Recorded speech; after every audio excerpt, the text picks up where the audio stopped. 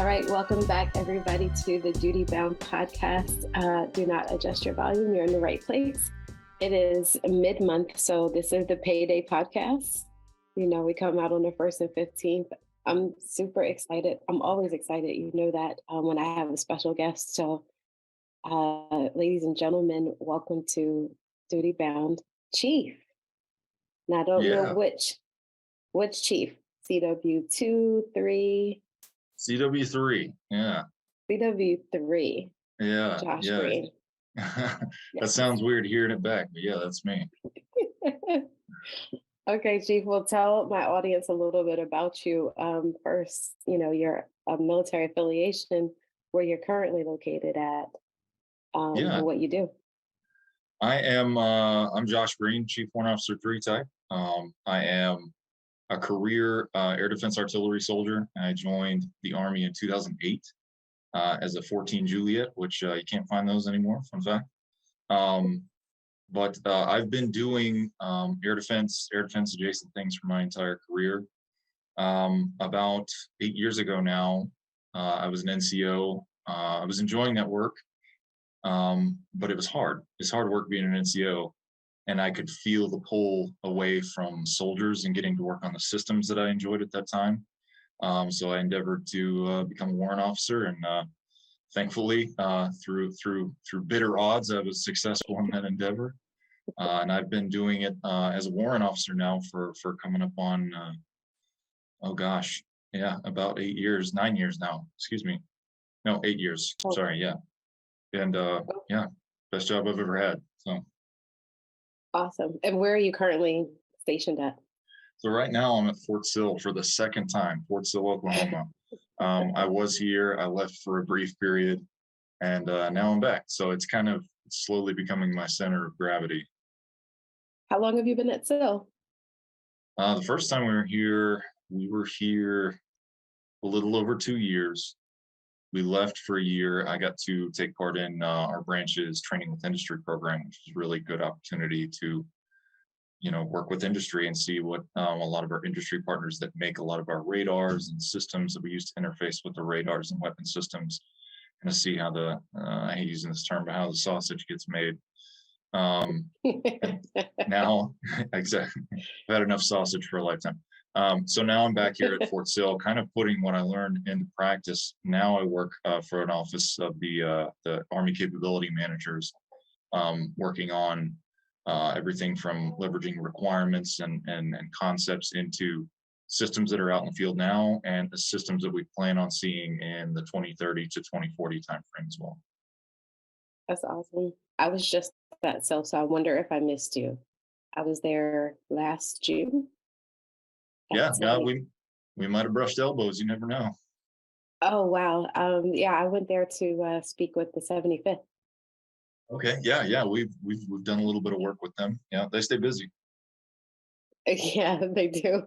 It's interesting because how small our Army community is, and how you might run into the same people, and you never know. So luck of the draw. So what made you join the military? Legacy, recruit, family, school, get out of trouble? Yeah, the latter. I actually don't really come from a military family. I come from an athletic family. My grandfather and my father both were very good athletes. They were Texas football players, so big kind of brolic dudes. That's what they wanted me to do.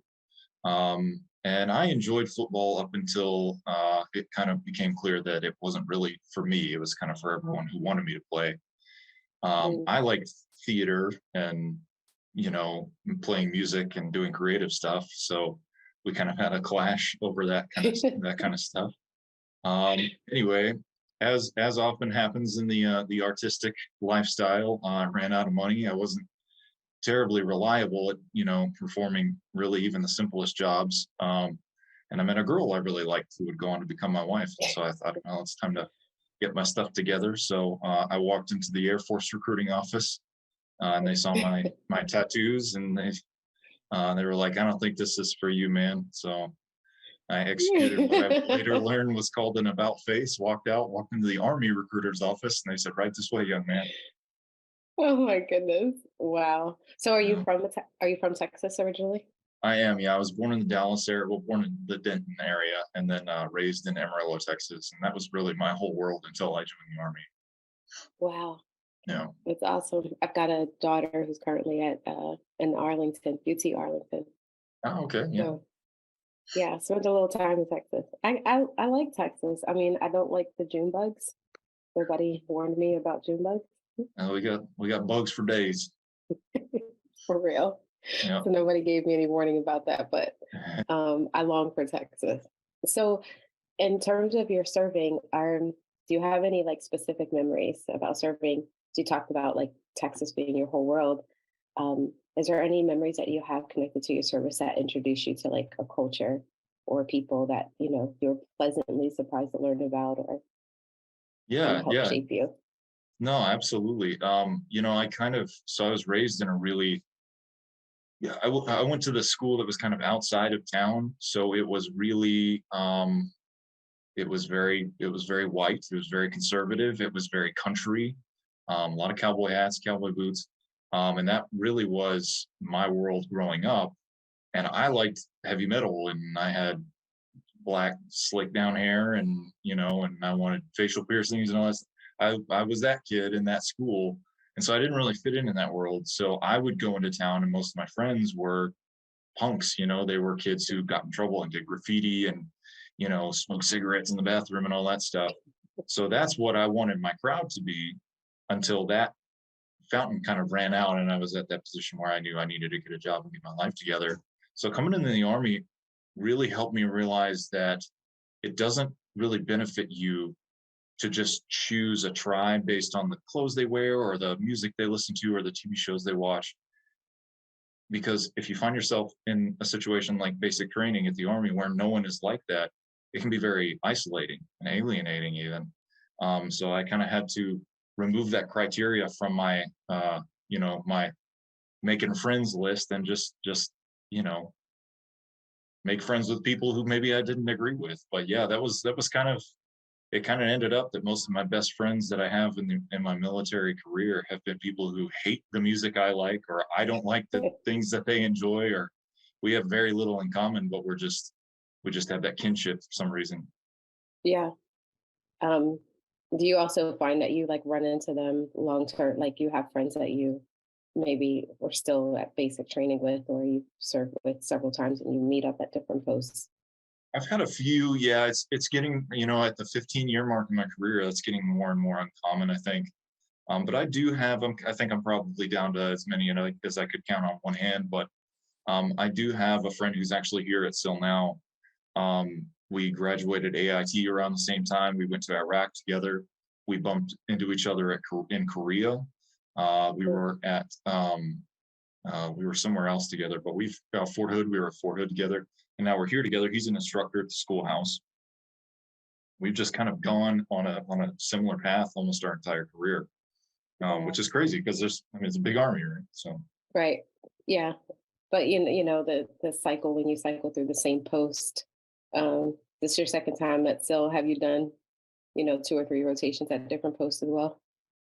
yeah, yeah. I went to basic training here, so Fort Sill, like I said, is kind of unwittingly become my center of gravity. My first duty station was Riley. I really enjoyed it. It was different for sure. It's still kind of an isolated community. Fort Hood is Fort Hood. It's not all bad, but I will say it kind of earns its reputation.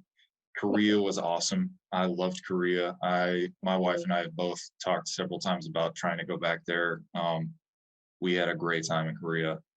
Um, You'll have to tell me offline where to go. I'm headed there in 3 weeks. oh, you better carve out a big block of time, because I have a long list. I am I loved Korea. It's such a good time. Um, Okay, you'll have to give me your top three at the end. yeah, I got you covered. But yeah, yeah. And then, my first warrant job was at JBLM up in Washington. That was wonderful. And then it's been here, and then I spent my year in Redstone Arsenal. So Awesome. I've only been to JBLM for advanced camp. So me and Mount Rainier got to know each other. It's not bad. So, Was it raining? no, well, you Oh, know okay. what? No, I will say I had one experience with rain, just one. It's a very poignant story in my life, but just one experience. I think the one thing that I take away from being at JBLM were the anthills. Yeah. No one Yeah. told me that, okay, first of all, Chief, I'm 4'11". So they used me as the measuring stick to let Yeah. everyone know that these anthills were about, as high as cadet at the time my last name. They were like, Cadet Allen, that's about as high as those anthills are. And I'm like, Yeah. what? Yeah. It's like I some was like, Jurassic Park anthills. yeah. And they were like, don't knock them over or you go to jail. I was like, what? Yeah.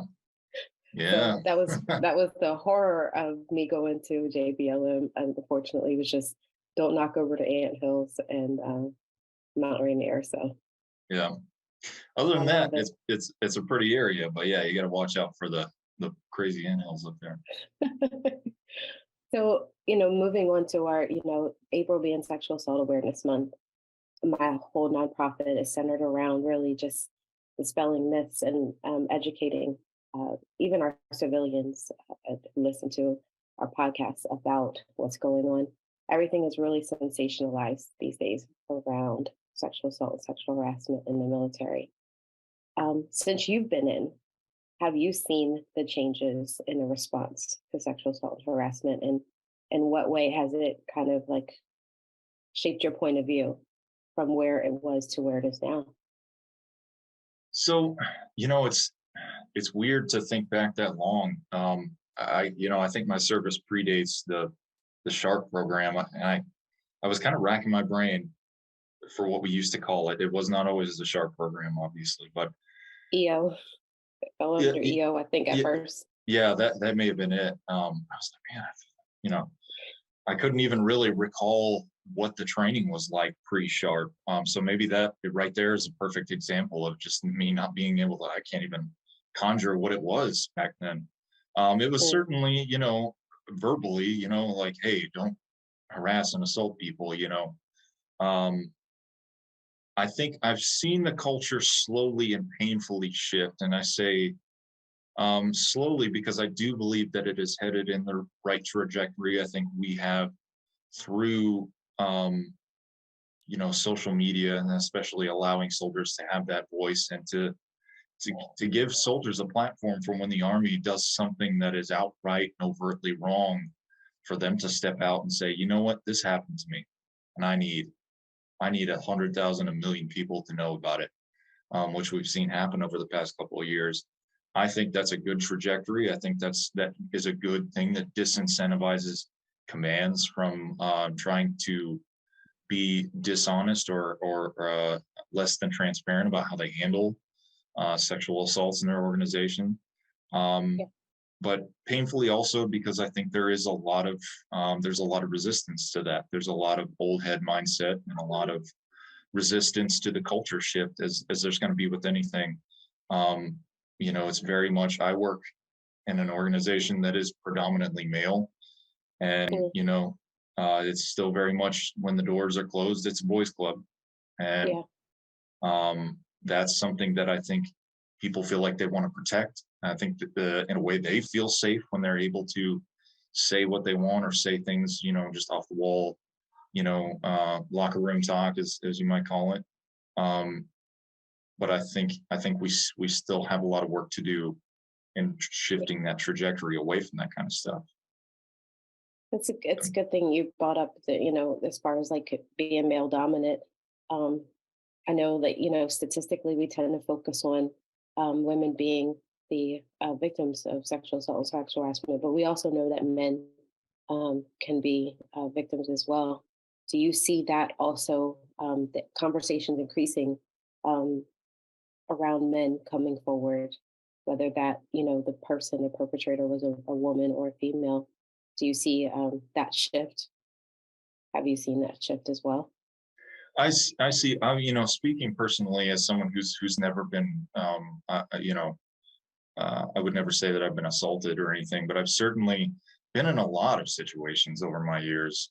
And it feels more prominent now because as a CW3, you think, okay, I'm at that stage in my career. I'm walking into an office with a bunch of 30, 35 plus year olds, who know how to conduct themselves. And suddenly someone is talking about their genitals, or someone's making a joke about, getting laid or going to a strip club. And I'm not, it's not like if a joke about that comes on television that I don't laugh, but there is something about hearing it in the workplace when you're trying to be focused on your work, when you're trying to work on something that, you know, like I talked about at the beginning about Monday kind of being a difficult day for me to find my focus. And then you have to deal with that. It is a distraction. And I'm a man, but as hard as it is for me to brush that off and not engage with that, how much more difficult is it for a female? Even a female who's just maybe not the subject, or maybe not they're not trying to bring her in on that conversation, but she's just in earshot and she Mhm. hears that. Absolutely, that's the kind of stuff I think that, and again, there is a sense that the people who do that, not only are they not remorseful, but they want to protect that. In a Yeah, way, I believe it makes them feel safe in some strange way, and that yeah, is, I think, an opportunity for us to say, hey, we have to change what makes us collectively feel safe, if that makes sense. it does. You'd be the first person to put it that way, and I can really appreciate that. Because we think about when we think about like the good old boys club, or like you said, locker room talk, that need to protect something that you felt like you're a part of something. This is our thing. This is the way the army was or is. And I see a lot of the conversations around back in my day. Yeah, Every generation has those conversations. yeah, and Everyone. it is frustrating, right? Because I don't think that everything that we did back in the day was bad. I think the BDU, that what a great uniform, right? There are a lot of things about what we used to do as an army that were really cool, and they were, in a lot of ways they were better, but also in a lot of ways, it was terrible. You know, there were a Yeah. lot of things that happened to a lot of people, specifically females, that was outright egregious. And the culture was such back in the 80s, 90s, where if something like that happened to you, you could not expect to have any sort of real legal Mhm. resolution brought to that. Yeah. And that's horrible. Yeah. Um, I have the unfortunate pleasure of talking to a lot of women that served prior to 1990, and talking to them. It's jarring to think about the things that happened, the fact that they had no recourse. And Mm, some of them still don't because, now we can record things on our phone. We have the ability to take notes and, things like that. But back then, no one was telling them to write things down or record anything. And sure. so they have How no record. terrifying! How terrifying that must have been. Yeah. So, speaking of women serving, one of the things I wanted to ask you, your experience. Last month was Women's History Month, and a lot of focus was on military women in terms of their service. A lot of things coming out now, um, and it's interesting. In 2023, we're still having those conversations about finding out women and their history and service. But Mm, what's some of the experiences that you've had with working with women, especially now that women are serving in combat positions? sure. As an NCO, I I just kind of had my nose to the grindstone a lot, and it wasn't that I didn't work with a lot of females, but I think when I did, uh, it was just kind of touch and go. I never had what I would consider like a wingman or wingwoman, whatever. But I never Mhm. really had like a battle buddy who was like, "Hey, it's me and Jane, and we are working together on this thing." It was most of my early enlisted career was working around guys, young guys, guys coming in the army, guys my age. Um, when I went to WOCS, Warrant Officer Candidate School, was really the first time that I was in a situation with a lot of men and a lot of women who are all really reaching out and trying to grab the same thing. Yeah. Um, and it was not MOS specific, right? So you have people from every branch across the Army, every warfighting function is represented. And and the thing about warrant officer candidates is, imagine 80 or 90 A type go-to guy, go-to gals, and they're all in one room, they're all in one class, right? Yeah. Um, it was awesome. It was awesome to see. I mean, I was passed up by several women on the ruck march. I had to take I had to essentially be tutored by a woman at one point on how to do land nav, because through one thing or another, I was just terrified that I was going to fail land nav and get recycled. So I had to take land nav lessons from a woman. Um, and it wasn't that I didn't see that as a loss or anything. I thought it was great.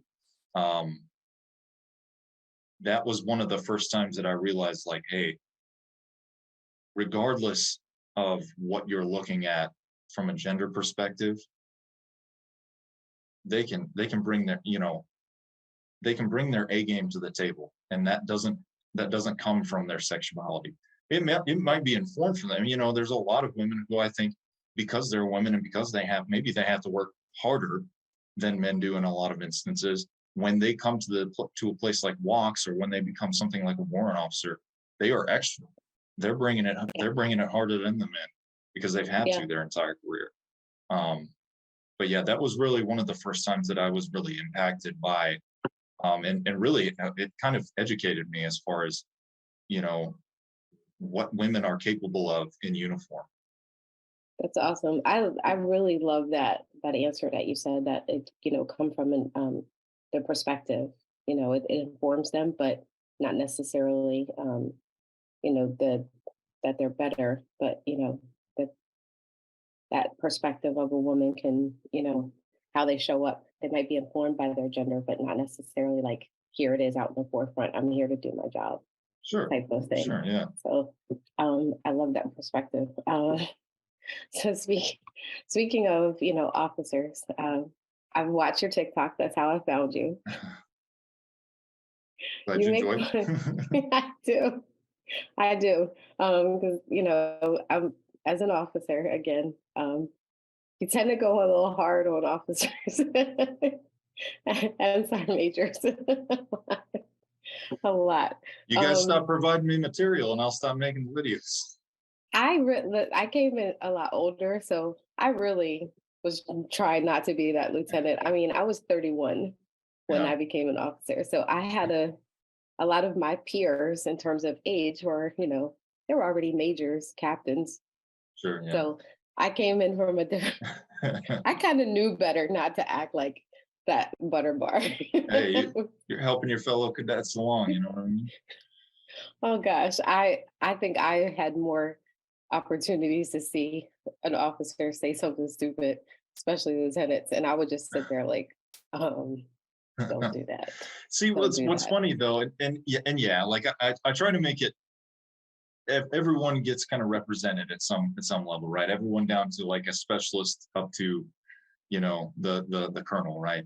Everyone who you might run into at a staff. But that's the thing, and I think a lot of people, I even, and if I've had people catch me and say, like, those jokes you make, I've heard you say those things. I've heard you do that goofy stuff. Why are you making fun of them? I'm like, because we all do it, man. That's what makes it funny. Everyone, I kind of attribute being in the military, especially being a staff officer, to being an actor a little bit. You have to don a character. If you've ever had to brief or give a range brief or talk to your boss in a very formal capacity, it is, you're running lines and you're trying to get off book, and you're donning, your game Hmm. face or whatever. So we all kind of put on a character. Some people more than others, right? Sergeant majors sometimes are a little bit more of a caricature. Um, They're my favorite. They're my favorite person to make fun of. they Absolutely. they are, but you know what? They're also some of my favorite people in the organization too. But because I think through some of their silliness, sometimes what they're doing might even be more important, and especially if they're doing it well, what they're doing is taking care of soldiers, and making sure our soldiers aren't breathing in black mold at night and taking baths in brown water. That's the kind of stuff. I mean, me as a warrant officer, I can't even imagine having to deal with some of that stuff. So Yeah. The first sergeants and sergeants major who are out there making sure our soldiers are living a good life. That's the real work, I think. Yeah. Um, I've had a I've had a couple. So I worked at I was the DTO for CAV. So I was of the division. So of course I've seen a lot of Yeah, a lot of definitely. staff meetings. Oh yeah, yeah. my my my sergeant major was Puerto Rican, and I didn't speak Spanish, and it would drive him nuts that every morning I would turn on Google Translate and I would say something in Spanish. He would get so pissed at me. He's like, "That's not the same Spanish," or I would put it on like Portuguese or something. Sergeant And I majors are was fun to like, make mad. oh, absolutely. He used to get so pissed at me for putting on Google Translate. And I was like, listen, sorry, Rach, I'm just trying to, talk to you and relate to you because you Yeah, speak Spanish. And I was like, I don't know yeah. what you're saying. Like So that was cohesion. our thing. That was our thing. So we would go back and forth. That's too So funny. has your leadership seen your TikTok? Like They, you've got a pretty good following. So I have. They have. It it is honestly, it's awkward for me. They love I do tend to punch up. I do, like I said, I make a lot of fun of like the major officer crowd, a little bit, some of the seniors a little bit.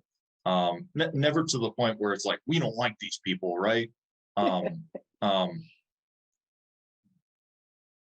I get really uncomfortable when people want to at work, especially when people want to talk about the content that I've made, because it's so goofy. So if I'm in a brief and we're talking about budgets or material release timelines, and someone's like, "Hey, do the voice, hey man,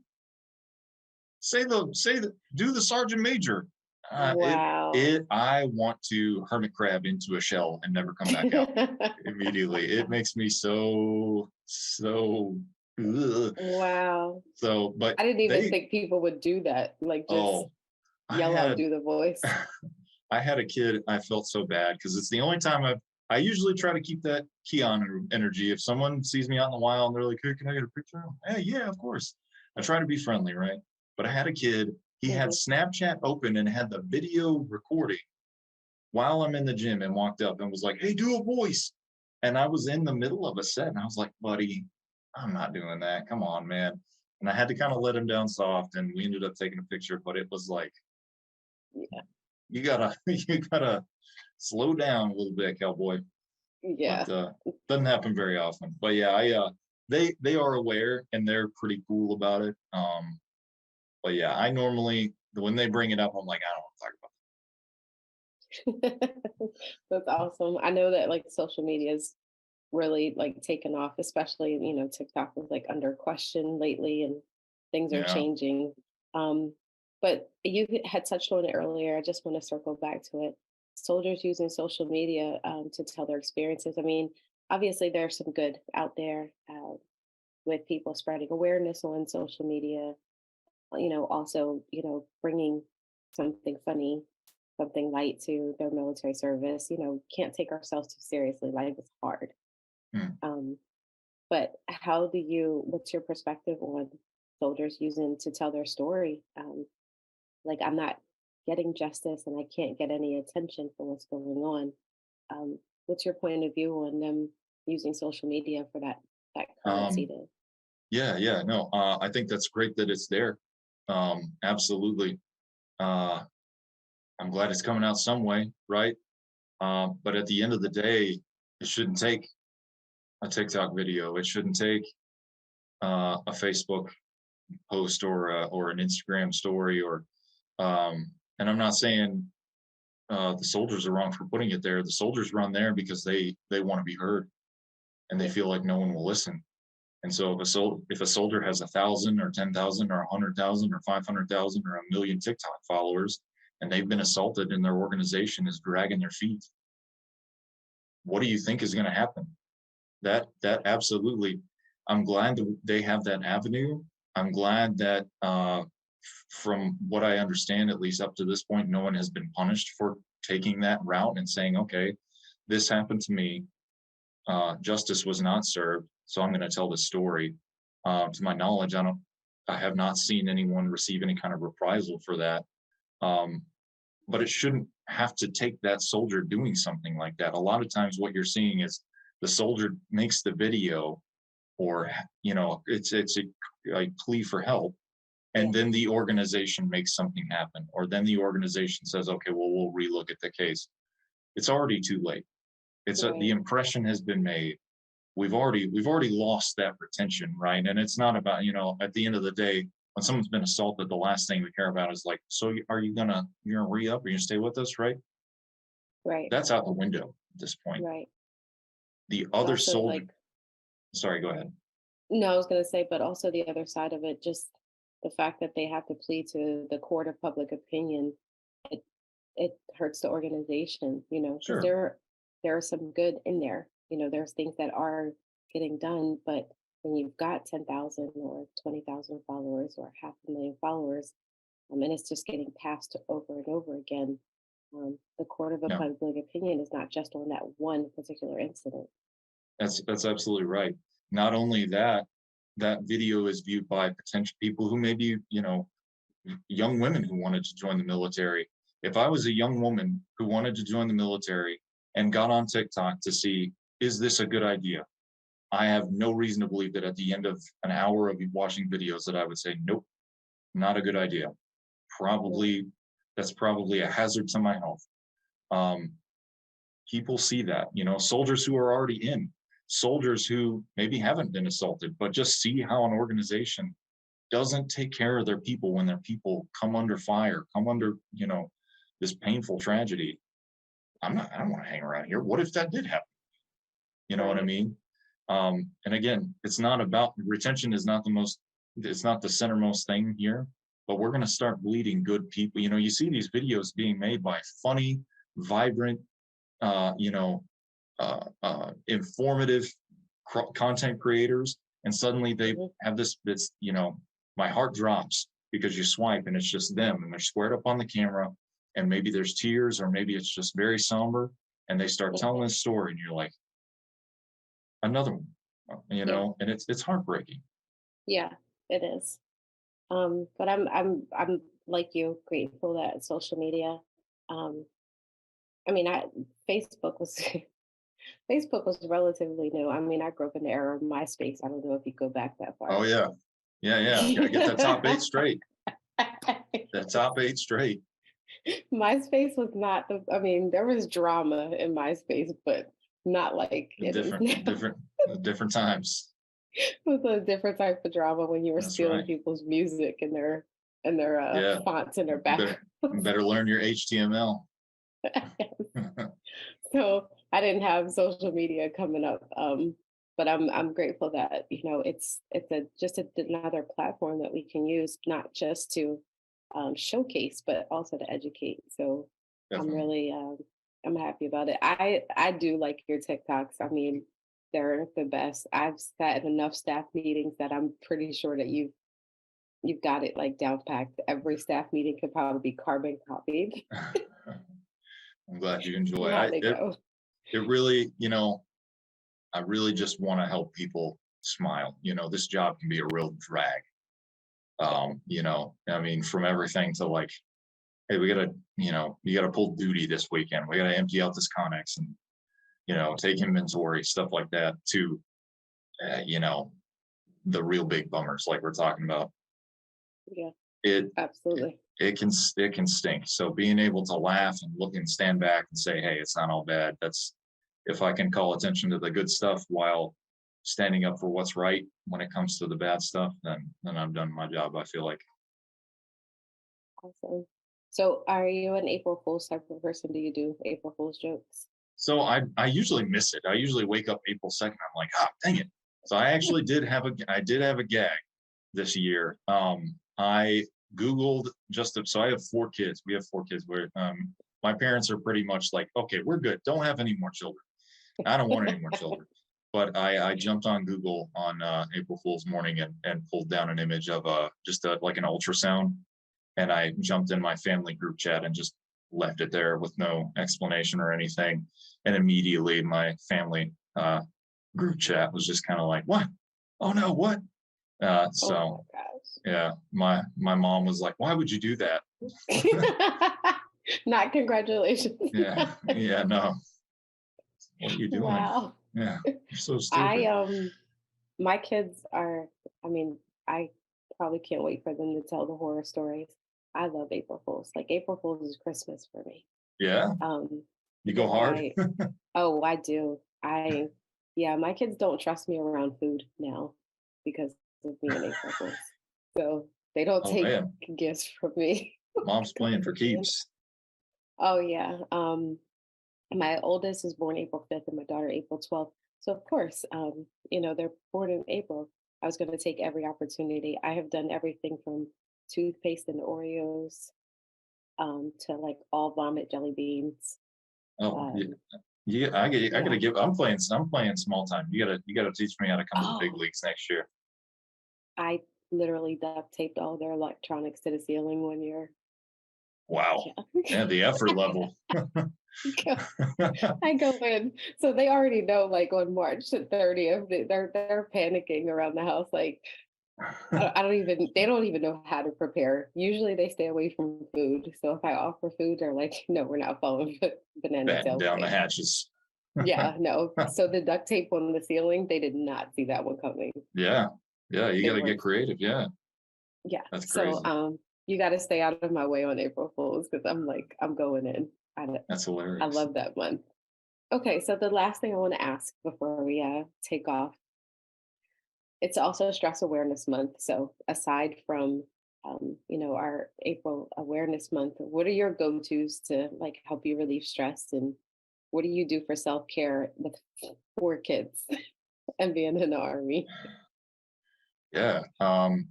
Big gym guy. That's just. I feel like whether you are an athlete or a creative person or a musician or obviously as soldiers it's kind of inherent to what we do, but I really just I want to encourage everyone to incorporate fitness into their life. I grew up not really having any kind of real fitness education, Mhm. and and that had to include healthy sleep habits and diet and stuff. So I'm kind of having to learn that in real time as a 35-year-old man. Um, but yeah, fitness, and getting that right as much of the time as I can, I think is a big help. That's just kind of the foundation. Keeping a journal, real big advocate for keeping a journal. Uh, I think that is something that I underestimated at first, and I think a lot of people think there's a right and a wrong way to do it. Just writing your thoughts, even if they're kind of, a lot of times the reason I was journaling is because my thoughts were kind of chaotic. So just writing what the first thing that came to mind for a while, and before I knew it, I was writing 3, 4, 5 pages a day with ease. But keeping a journal, and then recreate. That's the other thing. Is just make sure you're doing something that brings you joy. You know, I think a lot of people have a lot of people like, hey, I like making barbecue, so I'm going to start making barbecue. Well, then you just decide, well, I'm gonna get a food truck, or I'm gonna start cooking for other people. Don't turn the things that you love into work. Don't Yeah. put deadlines and uh, suspenses on the things that you enjoy. Go do the things that you love and that bring you joy for you. Don't put a deadline on it. Don't put a suspense on it. Do it to your heart's content. And that's what I try to do. And I'm guilty of doing that to myself sometimes. There's sometimes where TikTok is very much like, I gotta crank out a TikTok today. But Yeah. keep it fun. Keep it light, keep it fun. I haven't been able to do that. I promise you, getting a social media calendar has it's probably like pulling teeth for me. I don't want to do it. I don't want to schedule and then sitting down and creating. So I give like really big kudos to creators who sit down and create the content, record the content, because I'm like, but you're hitting all of my therapist buzzwords here. So as a therapist, I'm like super proud over here. I'm like, oh, hey, Well, I go to journaling. therapy, so I can't wait. I'm designing my first journal oh, that good. I'm going to be publishing soon. So I've created a mail version. Oh, I want it to be intentional about, specific things that like men think about, like fitness and finances definitely. and things like that. and not just like, the mental health aspect, but I want to encourage it for both sides, but have it intentional about what um, both sides really think about, things like that. So, not that women don't think about fitness or finances, but it's just designed differently, um, Definitely. in a way that creates that intentional part of journaling. I too am I love journaling. I do mine digitally though. So I wish I could come up with a digital journal. I mean, it's an ebook as well, but still, Yeah. I got this thing called The Remarkable. I don't know if you've ever heard of it. Oh, Oh my gosh, it's like the best thing ever. I don't think you'll be able to see it, but essentially it looks like a Kindle. I have seen But that. Okay, I know. Okay, those are neat. yeah, they are. It's my lifeline. I love that Very thing. So cool. it writes like a notebook. Well, listen, Chief, I appreciate you. The one thing I tell all of my guests is time is a finite resource, and it's a resource I can't give back to you. So when you spend it on me, I truly, truly appreciate it. So thank you for coming on the show, showing up Definitely. on a Monday night. Hey, light day, so it was easy money, no problem. Absolutely. Tell everyone where they can find you on TikTok. I want them to go and look at your material, like and share it, everything. So Definitely. One punch dad, one X punch X dad is my handle on all platforms. So really active on TikTok, Instagram, and YouTube. And there's kind of a little bit of variance between the content that I put on all three of those, but hopefully if you go to any one of those three, you're encouraged. I just try to make it a good place to come to laugh and hang out, and I try to comment back and engage with people as much as I can, and answer the odd RFI if I get that as well. So I love it. I'm grateful when it shows up on my For You page. I'm between that and cat videos. I'm always got dopamine going. I'm also on Cat Talk, and I gotta say I'm happy to be there. Awesome. Well, thank you so much. I enjoyed it. And we're going to sign off. So do good, be good.